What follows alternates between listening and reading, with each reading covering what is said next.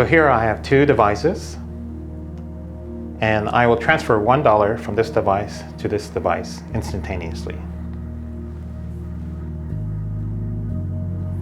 Enter the amount and send. I'm seeing the transaction now.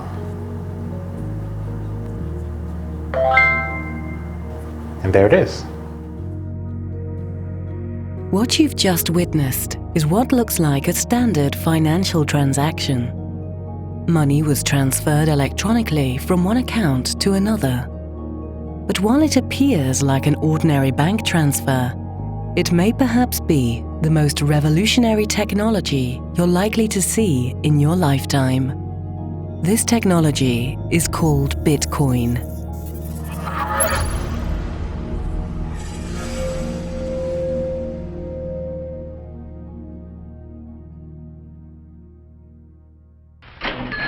Money makes possible the exchange of many different goods and services among many different people. Wherever we go, we see money being used as a medium of exchange. Money is at the core of our existence. Every day we transact with one another. Currently, almost all of our daily transactions involve a third party, a bank, credit card company, or remittance provider. And ultimately, it's these institutions that carry out the transaction on our behalf. This is until the invention of Bitcoin. Bitcoin is truly one of the most important inventions ever in the history of humankind. That's how big of an impact it's going to have on our lives. And it sounds really difficult and complicated and hard to understand hearing about it.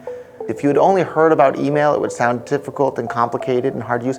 Bitcoin is literally easier to use than email.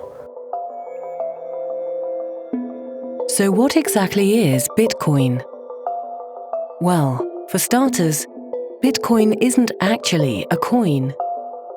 Bitcoin is a new form of money, a currency that lives solely on the internet, one that some have even called magic internet money.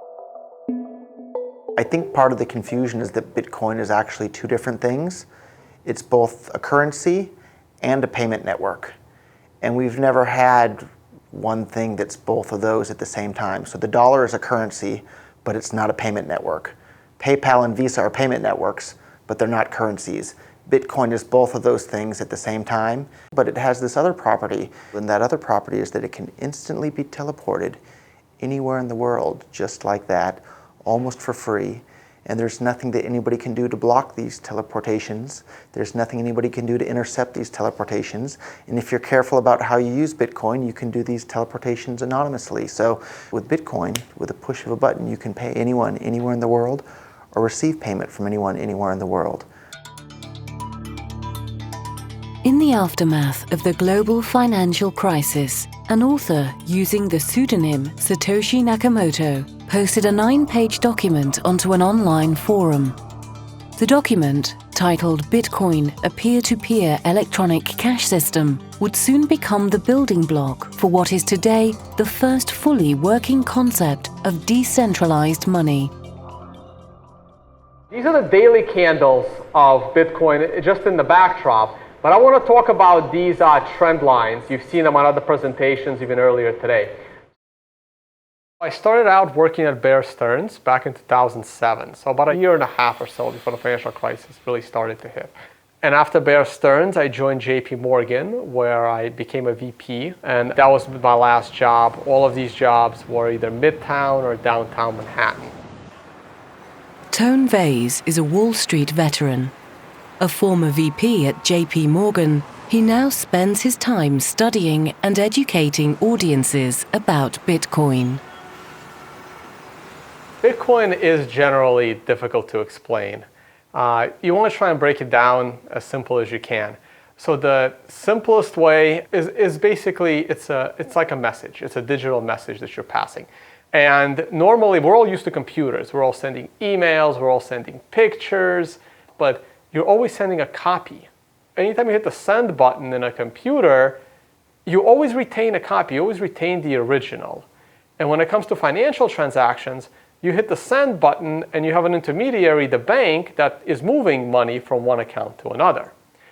And this is the problem that Bitcoin solved. It was able to take something digital, and when you hit the send button, you're not actually sending a copy.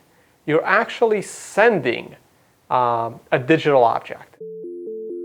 At its core, Bitcoin is basically a new monetary system. However, Bitcoin is unlike any other system we've seen in the past because it isn't centralized in one place. This decentralized nature of the Bitcoin platform is one of the things that make it so unique and world-changing. We're all familiar with PayPal or Visa or Bank of whatever.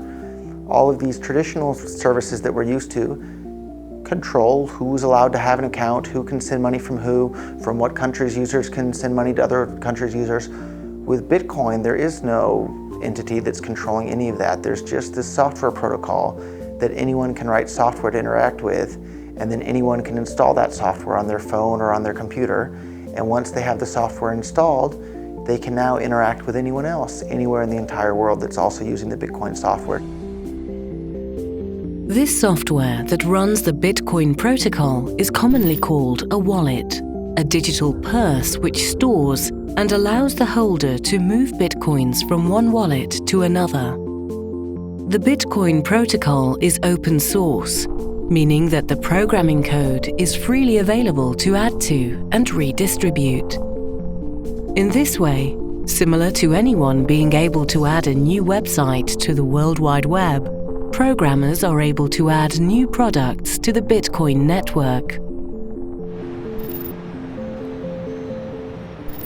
We have Jason, for whom this is very late evening because he is in Australia, and we're about to do Jason's first Bitcoin transaction over Skype as our medium, so everyone can see how quick and easy it is. On my end, I will hit send, and Jason is going to hit request. So when he hits request, a QR code should have displayed in the middle of your screen, and he's going to put it up to the camera of Skype so I can scan it with the camera in my cell phone. All right, I see the QR code. My phone is trying to scan it. And there it is. I scanned it. So I feel kind of generous. Let's send Jason $5. So I have just sent Jason $5 in Bitcoin. And let me know when it's registering on your end that you have $5 worth of Bitcoin. And there it is. Okay, so that took about 10 to 15 seconds.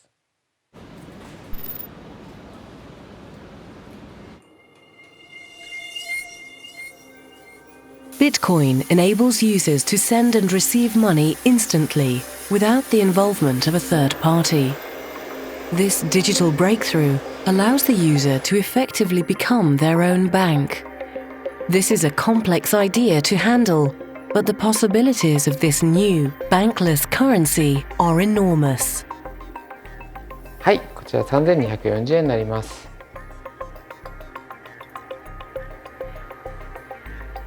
With the exception of actually handing physical cash to you, generally we have to rely on third parties for lots of different payments, be it credit cards or wire transfers internationally, or even sort of keeping cash under your bed, storing large amounts of cash, we use banks.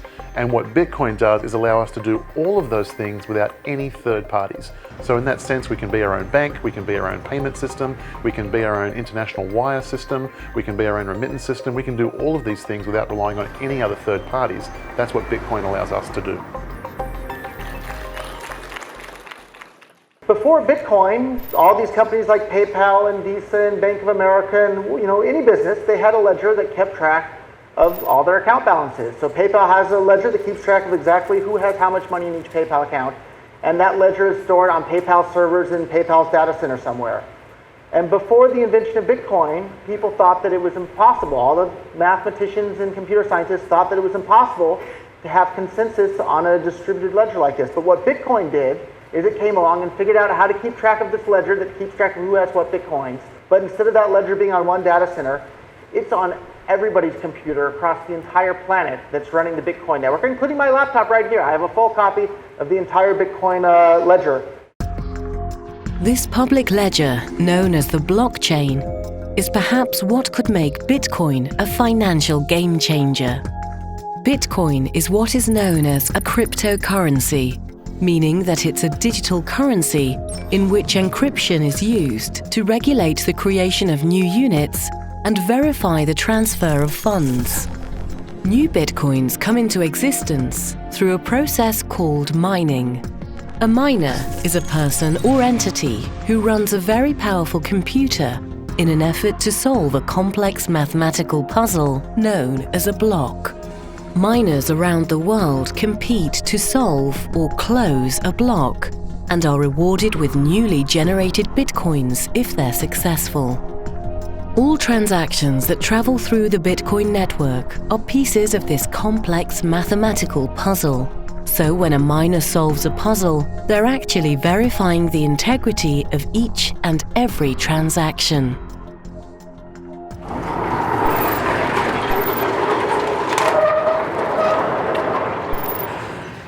Welcome!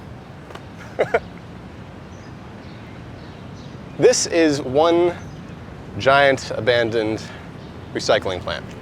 We've got incinerators over there, those two big silos. Right around this wall, we have a megawatt worth of solar panels. It's a lot. That's about as much as what we consume. So we're going to be able to offset our electrical costs completely. So this is a work in progress, but a Bitcoin mine is a group of computers that contribute its processing power to facilitating Bitcoin transfers and the security of the network. Yeah, it is one big supercomputer, and all of these individual computers are kind of throwing guesses at this mathematical problem. And it's a very difficult problem. It takes lots and lots of computers to guess it. Once that guess is correct, that is sent to all the rest of the computers, and with that answer, they record all the transactions that have been done up to that point. It's a very secure system for facilitating transfers, recording transfers, and making sure that no kind of shady work has been done. Because there's some methods in financial transactions where you could double spend, and this whole blockchain thing is one great method of make sure that doesn't happen. Say if Alice wants to send Bob an email, what would happen under the hood is that along the path of the email across the network, her email gets copied in many places of the network. And eventually the final copy will be relayed to Bob. That's how email works, that's how digital transfers work, and that's how it should work for the majority of digital transfers. That's well and good. However, in the case of money, that would be disastrous if that were to be the way that money was transferred digitally. You don't want copies of the same dollar bill to exist on the network. That would ruin the scarcity premise of money. And so this was the problem that Satoshi Nakamoto tackled with the creation of Bitcoin. And so what happens with Bitcoin, the Bitcoin's blockchain, is that when Alice wants to send one Bitcoin to Bob, she creates a transaction, and that transaction gets copied across the entire network. However, this is different than, say, a single email, because that transaction has embedded in it instructions to the rest of the network that says, from here on out, control over this Bitcoin is now conferred to Bob. Okay? And the rest of the network honors that. One time I realized that, wow, Bitcoin is really difficult for people to understand, as I spent the whole evening explaining Bitcoin to a friend of mine, and then I got home that night and she posted on my Facebook page, and she goes, yeah, I was thinking more about Bitcoins, and you were explaining Bitcoin mining, and does that mean that Bitcoins are originally underground? And I realized that Bitcoin's a difficult concept for people to understand, and especially Bitcoin mining as well, because Bitcoins are not originally underground. For new users, Bitcoin can be a difficult concept to understand. Bitcoins aren't physical, and they certainly aren't underground. However, there are some interesting similarities between Bitcoin and a precious metal that is found underground. Gold. Gold has been money and a store of value for thousands of years. Today, gold is mined all over the world. The amount of gold that can be extracted from the ground decreases over the life of a mine, until eventually the mine is exhausted of all of its gold. Bitcoins are also mined in a similar fashion. The Bitcoin algorithm is programmed so that the reward for mining new Bitcoins is halved every 4 years until the year 2140, when all Bitcoins will have been deemed to have been mined. Perhaps the mysterious creator behind Bitcoin was trying to mimic the attributes of gold, almost as if to create a digital gold coin which could be divided and then sent instantly around the world. I try to explain it in some really simple way, like miners, Bitcoin miners, they receive the reward just because they maintain the security of Bitcoin. Mathematically, it means that you need to solve quite difficult problems. It's a just guessing process. You have to make millions and millions of guesses. And if you're right, and you're able to close all these transactions inside of one block, you're successful and you receive 12.5 Bitcoins as miner. Originally, this reward was 50 Bitcoins. Every 4 years, this reward for miners is 2 times less. So reward will be decreasing over the time. The creator of Bitcoin, whoever he is, was a really smart guy. And he obviously liked math a lot. And he sat down and did some calculations and thought to himself, if everybody in the entire world were to start using Bitcoin, how many Bitcoins would we need in order for that to be able to accommodate everybody using Bitcoin for this? And each Bitcoin can be divided down to 100 millionth of a Bitcoin. And if everybody in the entire world were to start using Bitcoin as their money, the smallest unit of a Bitcoin, which is called a satoshi, it's 100 millionth of a Bitcoin, would still be worth less than 1 US penny if the entire world were to start using Bitcoin.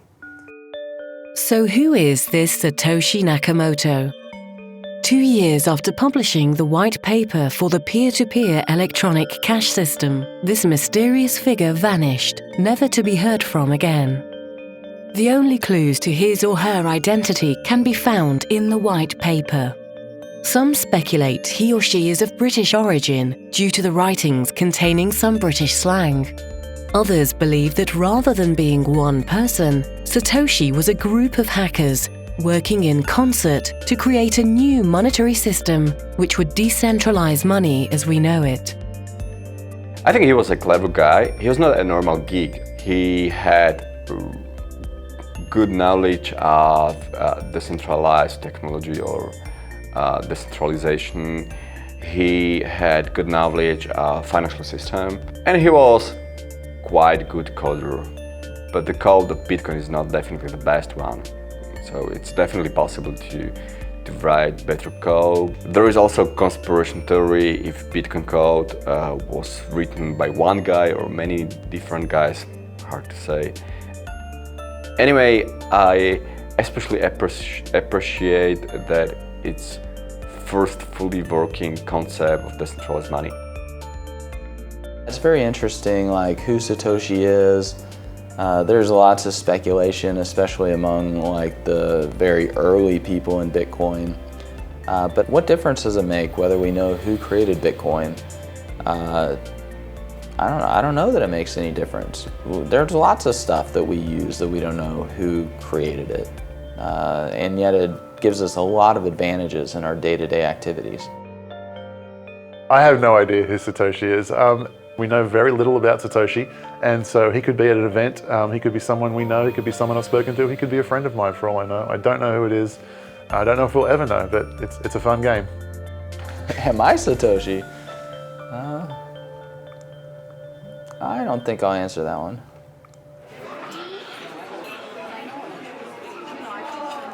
Regardless of the true identity of Satoshi, what he or she has invented could have profound effects on how our world evolves into the future. ビットコインで調べるとかっこいいなっていう、そんな感じです。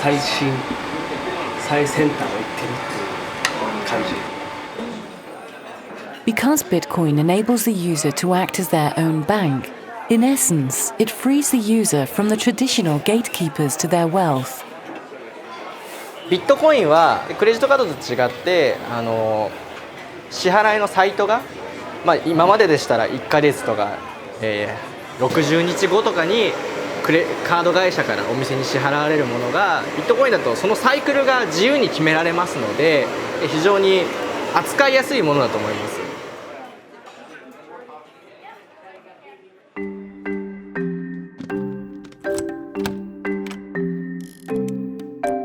We all use keys in our daily lives. Keys allow us to access and control our valued possessions. They also protect our valuables from being stolen. Take your car as an example. Holding the keys to your car allows you access to it whenever you wish. But suppose you've had a few too many to drink, and your loyal friend confiscates your keys from you. The car may still be yours, but now you no longer control it. Taxi! And must hail a ride home. The same can be said of our finances. Although you may have the debit card and password to your bank account, the funds aren't directly in your possession. Every time you make a withdrawal or transfer from your bank account, the bank is actually acting on your behalf and moving the funds for you. This is where Bitcoin is fundamentally different. Bitcoin enables an individual to hold the private keys of their own wealth. So with pretty much every asset that we have out there, we don't directly hold the dominion or control over that asset. For example, the Royal Bank of Scotland, they had 700,000 accounts, ATMs, just went down for the weekend. Nobody could access the ATMs, couldn't get money out. You have a credit card or a debit card and it gets turned off because of suspected fraud, or you did a charge in an unusual location. Well, guess what? The credit card company holds those private keys. They get to make the choice, not you. Bitcoin is very, very different in this regard. It is built on public-private key encryption.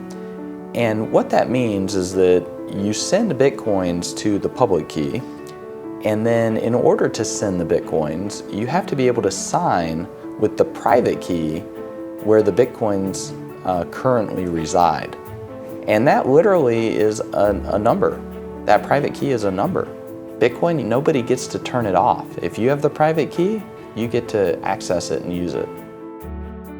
With your Bitcoin wallets, there's associated what are called private keys. Okay? And these are literally what they sound like. They're private keys that can open and unlock your access to your funds. But let's be clear, if you lose any of your private keys, you lose access to your funds. Simple as that. So we just bought some Bitcoins out of a local Bitcoin ATM. And so what actually comes out is what we call a cold wallet. It's a little piece of paper with two squares on it, or two things that look like Roche ink blotch tests, and a bunch of alphanumerics underneath each. Now the top is the public key, which is what people would use to send Bitcoins to this address. And the bottom one is the private key, which is what you would use to scan in order to retrieve Bitcoins from this address. Now it's very important to note that that private key is something that you really shouldn't be showing around everywhere, because whoever scans this first will be able to take the Bitcoins off this address. Also, if you were to happen to lose this piece of paper, then you've actually essentially lost your Bitcoins because nobody else has a copy of this private key. Right now, there actually is some Bitcoins on this address, so if you're seeing this for the first time, you may be able to scan this off yourself and take the Bitcoins for yourself.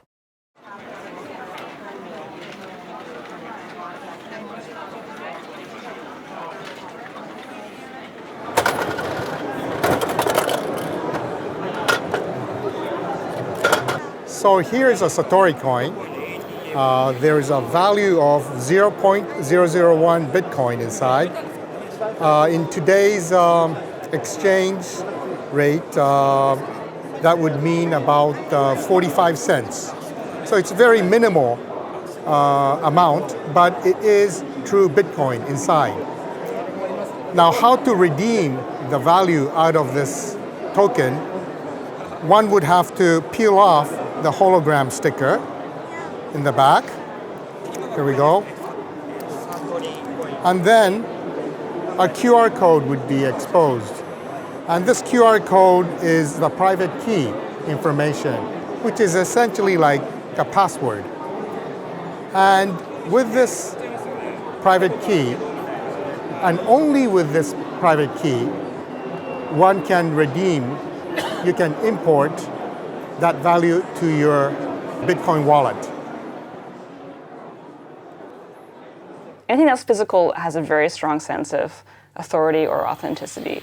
And to make the barrier to entry to Bitcoin as low as possible, I think everyone working on the project felt it was really important that someone could have a part of Bitcoin that they can hold in their hands that's portable and doesn't cost very much to get started. It's kind of a low commitment object. Because Bitcoin is built on public, private key encryption, the entire workflow for sending payments, particularly online, is fundamentally different from that of credit cards. Credit cards were never built to be used on the internet in the first place. When the credit cards were made, there was no internet. So a pull system is that you've given the authorization to the merchant or the credit card issuer to pull from your bank account whenever it is that they feel that they have the right to do so. With a credit card, whenever you want to initiate a transaction, you are effectively giving the keys to the merchant, right? And you give your keys to every merchant you deal with. Right? So every time you make a transaction, for example, online or so, you're taking a risk because you're entrusting the merchant with this very personal information, which they could then take to initiate transactions as well if they wanted to. Whereas Bitcoin, it's a completely different model where the control is more weighted towards the consumer. The consumer then pushes their funds to you. And then if you're doing an internet service, right, you could broadcast a Bitcoin address and anyone in the world could send Bitcoin to you. If you were a band, a musical band, and you're performing on a concert and your concert was being broadcast around the world, if you put up on the stage a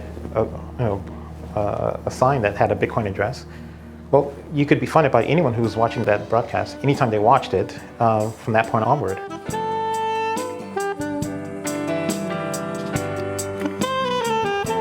My name is Sanshiro Fujimoto, and I play the saxophone and the other instruments. I compose and perform and make CDs, and I make my living by being a musician.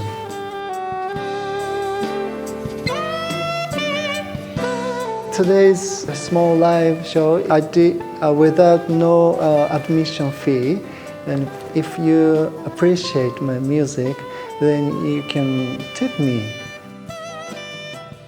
By tipping, you don't know how much. You might get zero, or if your performance is great, you might get more than you think. So that makes me play better.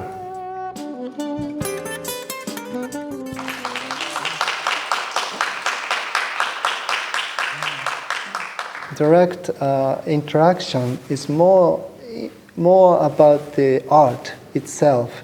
And if you tip someone in the street, you don't tip big money, you tip like 10 cents, quarters, and small money. But to send the small money on the internet costs more than what you're supposed to tip. So Bitcoin is much better way to tip someone in the internet. Bitcoin payments are a push system, meaning that the funds are pushed from sender to receiver. This makes for a faster and cheaper system than traditional pull systems like credit card transactions. This in turn also means that Bitcoin transactions are final and cannot be reversed. Credit cards actually has about a 6-month settlement time. Even though the transaction looks like it went through, the person can then call back and say this was a fraudulent transaction. and then the credit card will take that money away from the merchant in some cases. In some cases, the credit card will eat the cost, and that's a chargeback. Now, we pay for this. This is the 3% fee. Merchants usually pay this 3% in order to accept credit cards. So Bitcoin transactions don't have chargebacks. I think of it as a good thing. As much as people like to say how great it is to dispute things, it very, very rarely happens. Almost never do you order something from a legitimate company and you were not satisfied and then the company did not solve your problem. Most of the time this situation happens is when your credit card is actually stolen. And your credit card can always be stolen. Everyone's credit card is all over the internet. Is just luck or bad luck if your credit card happens to be used in a fraudulent transaction. We have some businesses accepting Bitcoin, mostly restaurants, for example. We have some restaurants here set up in Acapulco. For merchants, when they accept Bitcoin, is for them to have another option, an innovative option. And for them, they have a lot of advantages. We don't charge what the credit card fees charge every time they slide the card, 3, 4, 5, even 10%, depending on the credit card. We don't charge anything. We don't have a minimum fee. You can pay 10 pesos, 50 pesos, we don't have a minimum. With Bitcoin payments lowering the cost of doing business and eliminating the possibility of fraudulent transactions, companies ranging from mom-and-pop stores to multinational corporations have started to embrace this new way to transfer value. This is Harvard Medical School, and this is Harvard Chair. I visited here, it's 1997 to 1999. 僕らは今ファックスを使ってますけれども、今は Facebook とか SNS でもうすぐ写真でね、旅行行く時もパスポートもファックスを取らずに送ることができます。ということはファックスはもう未来ないと。そしたらクレジットカードとかそれからお金ですよね。その未来はどうなるのかといった時に仮想通貨っていうのが脚光を浴びるだろうというふうなことを考えました。でそういったようなことを考えると特に国際派でありたいと思っているということも含めて、できれば日本で医療機関であるいは歯科医院で一番初めに導入するということによってこれから一緒にビットコインと成長することができるんじゃないかというふうに思ったわけです。The first large publicly traded company to accept Bitcoin is Overstock, and they now ship goods to over 200 countries. Last I checked, Amazon only ships to about 50, 60 countries. So they're seeding entire markets with entire populations in the billions, not even fighting for that market share. Additionally, if Amazon accepted Bitcoin, there would be no fraud, there would be no chargebacks, so it would lower their costs. It would greatly increase Amazon's profit margins to accept Bitcoin. Bitcoin allows merchants to accept payments for their products and services seamlessly. And although it's becoming a great tool for merchants to offer their products to previously untapped markets, it's the people in these developing countries who will benefit the most. Bitcoin is the easiest, safest, fastest, best option for people that don't have bank accounts or that don't have IDs or they don't have anything but a smartphone. And there's lots and lots of people in the world that's the position that they're in. And Bitcoin is this fantastic solution and an opportunity for them to participate in the world's economy without having to deal with banks and having to jump through all these hoops. They just simply install an app and now they're a part of the world's economy. Something like 33% of the credit card transactions coming out of Africa are fraudulent. So nobody wants to take business from Africa. It's just too risky. With Bitcoin, you know the funds are good. So as a merchant, yeah, pay with Bitcoin. I'll sell anything you want, that's legal to Africa. Then they're able to start having property rights. And property rights is really what's going to help lift them up out of poverty. So Bitcoin does get into this niche of the underserviced people in the banking industry. So a lot of third world countries, they may not have access to bank accounts, they might not even have IDs to open a bank account. But if they have cell phones and if they have access to the internet, they can now have the equivalent of a bank in their cell phone. According to the latest World Bank figures, there are approximately 2 billion unbanked people throughout the developing world.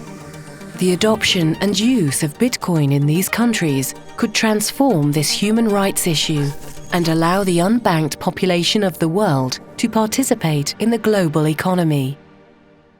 For the first time in the entire history of the world, anyone can now send or receive any amount of money with anyone else, anywhere, instantly, basically for free, and it's impossible for anyone, including governments, to stop them from doing that. And as much as I love gold can't do that, right? Think about that. Here, anybody in this room, you can now send and receive any amount of money with anyone, anywhere in the world, right now, and there's nothing that anybody can do to stop that. That was not possible before the invention of Bitcoin, and that is a fundamentally world-changing technology for every single human being on the planet. WikiLeaks was able to find funding through Bitcoin. And this was in the midst of a financial blockade that WikiLeaks was facing. At the time, the US had ordered Visa, I think it was MasterCard as well, Bank of America, to blockade any donations to WikiLeaks. Say what you will about WikiLeaks. Not necessarily that I condone everything that they do, but I do think it is very important for freedom in the world, for people to have uncensorable ability to donate money to whatever political causes that they want to. And so I thought that was extremely powerful for WikiLeaks to be able to defy the US in that sense. Because Bitcoin puts the private keys of wealth in the hands of the user, it can be used to support activist causes. But Bitcoin can also be used for a night out on the town. My name is Ken Shishido. I am co-organizer for Tokyo Bitcoin Meetup Group. We have this special event tonight, having burlesque dancers receiving Bitcoin tips. The reason why I do this is that sometimes we want to make our meetup interesting instead of talking about really technical stuff or political stuff. So this is one of the events we want to make it really fun and see what can be done using Bitcoin.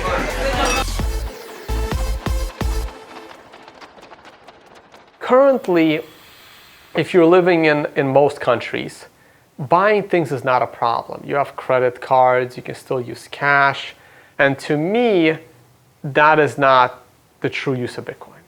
The true use of Bitcoin is to give you financial privacy, which I find extremely important.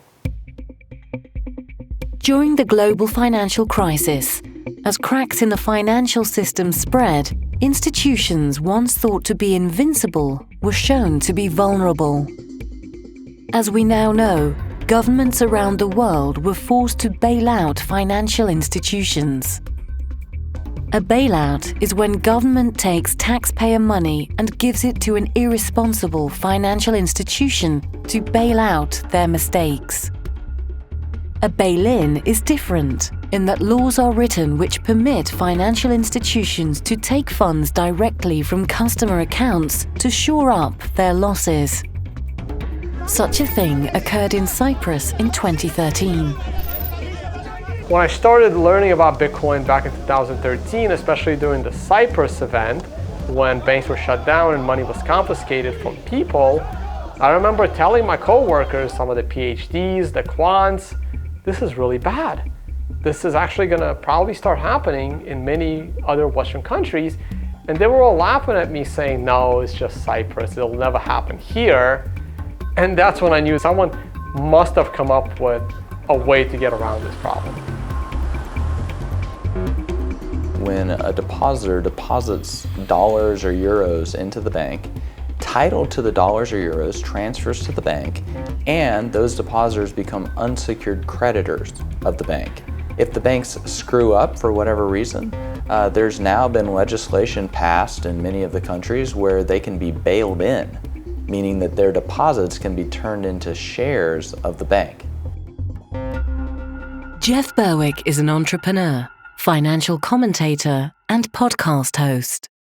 Having founded Stockhouse.com, Canada's largest financial news website, Jeff's analysis, writings, and videos have been viewed by millions of people around the world. It's difficult to say exactly what's going to happen in the future, but it's definitely going to keep happening. I said after Cyprus it's going to happen in Greece, and then they shut down the banks in Greece for months. And of interest to people who live in Europe is on January 1st of this year, they passed a European bank bail-in legislation. So that should be a huge wake-up call to people that they're doing that. So in Cyprus, they didn't actually pass it before. So in Cyprus, they closed the banks. Then they came up with some legislation and said the banks could just take their customers' money to keep afloat. So they didn't even have that legislation, and they did that in Cyprus. Now they already have it in place, so they know what's coming. I see Bitcoin as a way to protect and hide your assets. And we're not saying this is bad. I'm not saying that only criminals hide their assets. No. People that have worked hard and they've paid taxes and they've done everything, and like what happened in Greece and Cyprus, where money in bank accounts was just confiscated. So if the next time the banking system gets in trouble, it could be users' accounts that are rated to help fund the banking system. We're talking people with significant money, 100,000, 200,000, but it's legal money. They've worked hard for it. Some economists believe that the global financial crisis of the last decade was just a precursor to a much larger calamity. If this is the case, how will governments react in response to the next failure of our financial system? Unlike the current banking system, Bitcoin allows individuals to hold the private keys to their wealth. However, this also comes with the added responsibility of securing the Bitcoins. With Bitcoin, you're in 100% complete control of your own money, but that also means you're 100% responsible for what happens to your own money. So it's your job to make sure that you keep your Bitcoin safe. People are used to things like credit cards and bank accounts and PayPal, and if your credit card gets stolen, you just call the credit card company and they cancel it, and that's the end of it. If your Bitcoins get stolen, there's nobody that you can call to ask for help. But the other side of the coin there is that there's nobody that you have to call to ask for permission to use your Bitcoins however you want. So it cuts both ways. Mt. Gox, the Tokyo-based Bitcoin exchange, has filed for bankruptcy protection. The announcement comes days after the exchange announced that as much as $450 million of the virtual currency had gone missing. CEO Mark Capelli's apologized and bowed deeply on Japanese television. It remains unclear if the missing Bitcoins were stolen, voided by technological flaws, or both. So actually, this is the old Mt. Gox building. Mt. Gox was the biggest Bitcoin exchange that ever existed. I think at some point they were doing over like $100 million a day worth of volume. And they collapsed in quite a spectacular fashion in 2014. I think the size of the losses amounted to over $450 million. They claim to have lost 850,000 Bitcoins, of which 200,000 were found afterwards in some old wallet. People were putting money in and essentially giving them their Bitcoins, giving them the control of the private keys. And the irony is that exact centralization risk is what Bitcoin is supposed to free us from. And Mt. Gox just took all of the decentralized nature of Bitcoin and put it into one company with a lot of people's money. And then on top of that, put the control of that company's finances under one person who has the keys to the kingdom. We've probably seen over the last 2 or 3 years, by my count, probably somewhere between half a dozen to upwards of 10 different major hacks of companies that are involved in Bitcoin. And one thing you have to understand is that Bitcoin is fundamentally different from securing an asset that's held within the regular financial space. With Bitcoin, if you ever get access to the private key to someone's wallet, you can initiate a transaction outside of the infrastructure of that company without their knowledge. That's unlike anything that exists currently in the financial space, where if you want to take money out of that target, you have to have infiltrated their infrastructure. I think it's part of the mentality where people are trained not to trust themselves with their own money. And so everybody puts their money in a bank for safekeeping. And so that sort of mentality where you put your money in some pooled company whose sole purpose is to safeguard it, that is a really hard stigma to break, to change. And I think this is the thing that's the most challenging about Bitcoin, is that it challenges people to question that stigma. It challenges people to take control of your own money and value and to safeguard it yourself. As we know, at this time, Bitcoin is quite secure. If you have more than half of Bitcoin network power, you can take control of the Bitcoin network. But technically, this is really hard. When we consider the current Bitcoin power, it's almost impossible. So from this point of view, Bitcoin is much secure than the biggest and the most secure portals of some biggest banks in the world. The problem is that many people do not trust Bitcoin just because there were a lot of news about hacking some Bitcoin portals and some exchange services and so on. The problem is that like all services based on Bitcoins is not a Bitcoin, itself. So you cannot associate the security of Bitcoin-based services with the Bitcoin itself. The collapse of the Mt. Gox Bitcoin exchange in 2014 caused much confusion and skepticism about the security of Bitcoin. However, years after the collapse of the once largest Bitcoin exchange, Bitcoin is now on the radar of many institutions within the financial industry.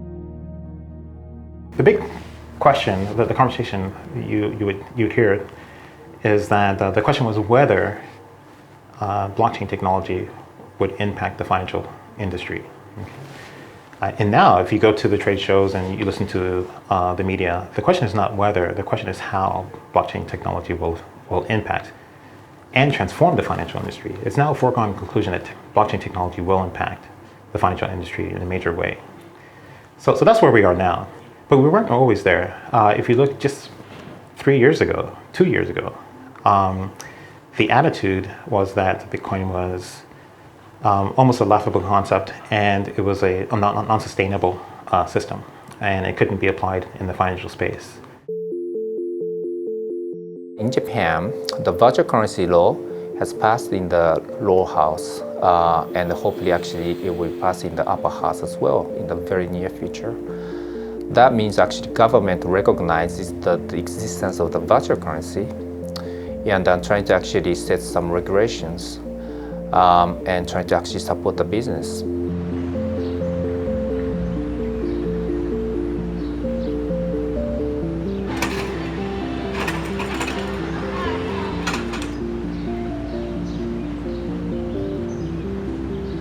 This Bitcoin, well, it looks great, It's a nice piece of collection, It's better than a yen or a penny. Some of the areas where Bitcoin has been most popular so far is China, which has quite a high level of capital controls. Other countries like China, Argentina, Iran, this is where Bitcoin's really caught on to a lot of people, because it's not easy to transfer money in or out of the country without going through regulatory problems or having to know someone in the government and things like that. So definitely that is a huge boost to Bitcoin. The advantages of Bitcoin continue to increase its popularity around the world, sometimes in the most unlikely of places. My name is David Hyatt, and I operate the Phoenix Rising Cafe in Nimbin. This is where our Bitcoin machine is located, right next to the traditional ATM machine, so the customers have a choice of using either. I saw that the current banking system was rather restrictive, and the independence of people running their own banking systems really appealed to me. And the fact also that it was digital and we're living in a digital age, I just knew that it was something that would have to get traction over time. Bitcoin is definitely the largest innovation in monetary science since Isaac Newton's gold standard. Going to completely revolutionize how all of our assets are held, so it's going to disrupt law, going to disrupt accounting, going to disrupt our finance industry, going to disrupt so much. It will also rapidly decentralize the capital. No longer will millions of people accumulate all of their capital into one big pile that then gets allocated by a senior vice president of Merrill Lynch or Bank of America.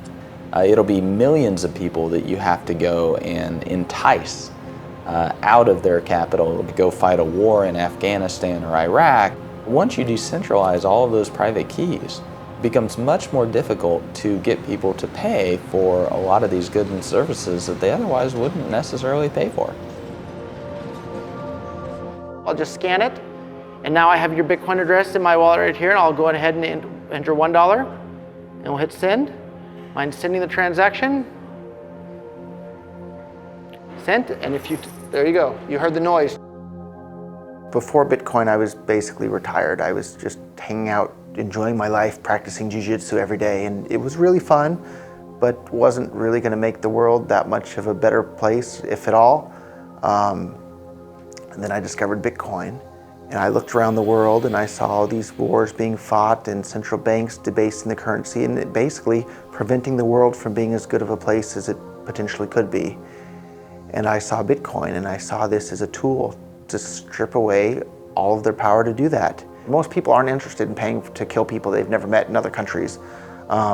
Most people are willing to pay for roads and schools and hospitals. So if the government say we need money for roads and schools and hospitals, I think people would probably give them a good chunk of that. If governments say we need money to go kill people in other countries that you've never been to in your entire life and you're probably never going to go to in your entire life, people are going to say, no, I don't want to pay for that. But if you're using bank accounts and dollars and euros, governments can seize all the money out of your bank account at any time. They can print as many new dollars or euros as they want to pay for these things at any time. If the world's using Bitcoin, it takes away those tools from government, and I think that makes the world a much, much better place. For the first time in history, Bitcoin now provides the entire world with a completely decentralized payment system. One where each individual holds the ownership and control of their own financial wealth. One where all users can transfer value and interact freely amongst each other instantly. What could the future of our world look like with such a revolutionary tool? The possibilities could be truly magical. Bitcoin is magic internet money. Bitcoin allows you to send and receive money with anyone, anywhere in the world, just like magic. I'm at a loss for words because it's that exciting and that world-changing. With Bitcoin, you can pull out your iPod or your iPhone or your tablet or whatever, install an app, and in less than 30 seconds, you have the ability to send and receive money with anyone, anywhere in the world, basically for free. And you can be 10 years old and do that, or you can be 100 years old and do that, and you can be that in any country. That's magic.